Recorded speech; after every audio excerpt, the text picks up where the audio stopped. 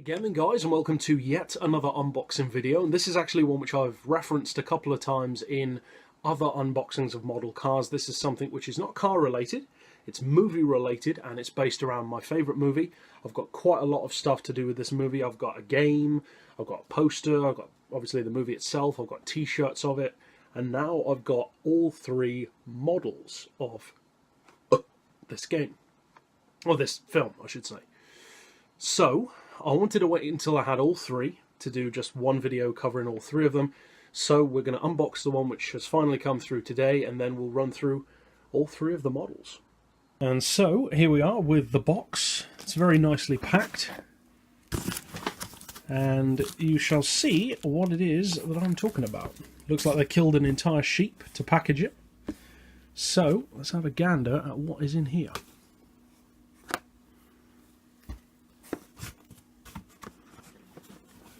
And this, as I said, is based on my favourite movie. And there he is. The Thing, 1982, John Carpenter, of course. Looks pretty sweet. This is the Norris creature, which for those who haven't seen the movie itself, it's when the... well, actually, if you haven't seen the movie, there's no point. But if you have seen the movie, this is, of course, the defibrillator scene with the famous spider head. I know a lot of people like to keep stuff like this in the box, but I am going to take it out because I like to have all of my stuff out of the box. I haven't bought it at the end of the day for resale value or as an investment or anything like that. I've just bought it because I like it, basically. So, if you bear with me for a second, I will take this one out of the box and show it to you. So, first of all, we have the plaque, or the plinth, which comes with it, with the movie poster itself.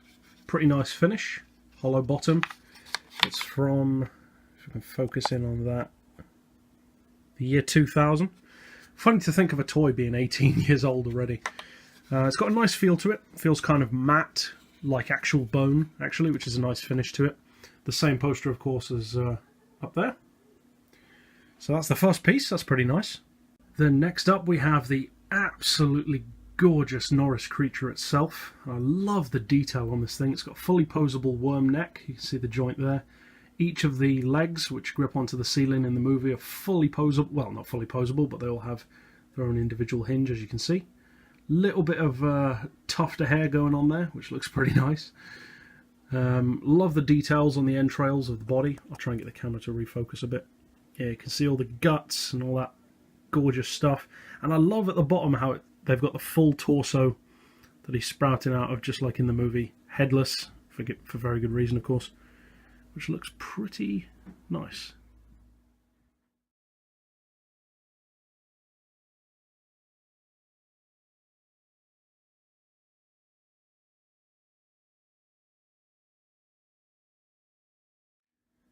And then the final piece of this set, which, as I said, is the reason why the body doesn't have its head anymore, is the Norris head.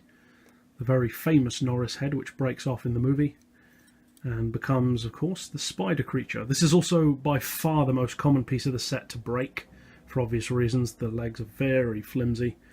It doesn't feel like it's posable, and I'm not going to try and push it to find out, but pretty sweet.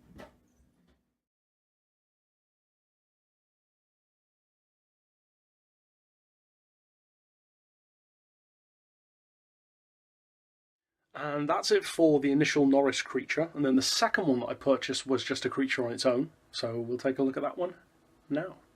And that individual piece is this bad boy, which is of course the Blair creature from the end of the movie. Spoiler alert. Again, it's got the posable head. Try and refocus the camera. You can see Blair in there. Of course the dog bursting out.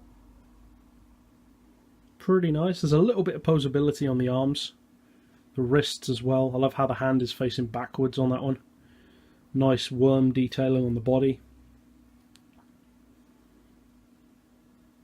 And also, of course, the head, which is actually an upside down creature head, as you can see from the eyes. So yeah, pretty sweet piece, that one. Came on its own, not as flashy as the other one in terms of how much comes with it, but nice size to it.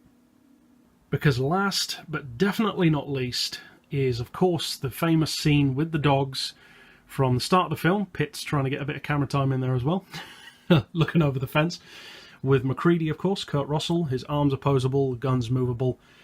I like that even his tied off khakis or whatever are slightly posable as well. His wrist, oh not wrist, his waist is posable also. The dogs are not attached. You can move all of those, which is pretty sweet. You got the dog, of course, which tries to bite its way through the fence, gets smacked in the chest with the tendril.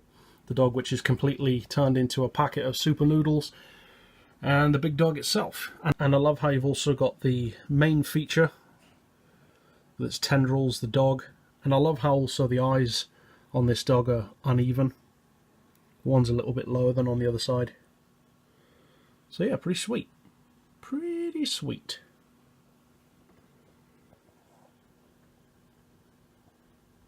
I love the texturing as well of the set, the texture of the wood, the gates as well, which actually works. I think that's pretty cool.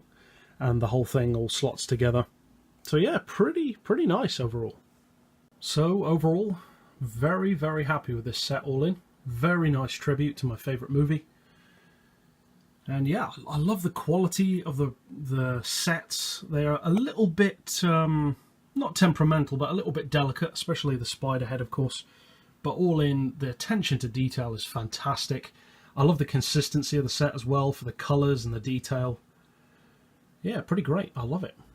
Looks pretty fantastic, I think. So yeah, this is going to get its own, not necessarily completely dedicated shelf. It's probably going to share a shelf with Pitt as well, looking over the fence there.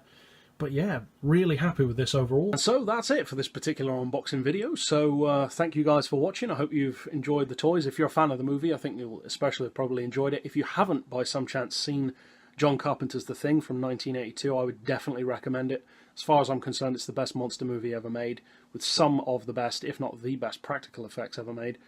And so overall, that's it. And I'll see you guys next time. But for now, as always, thanks for watching.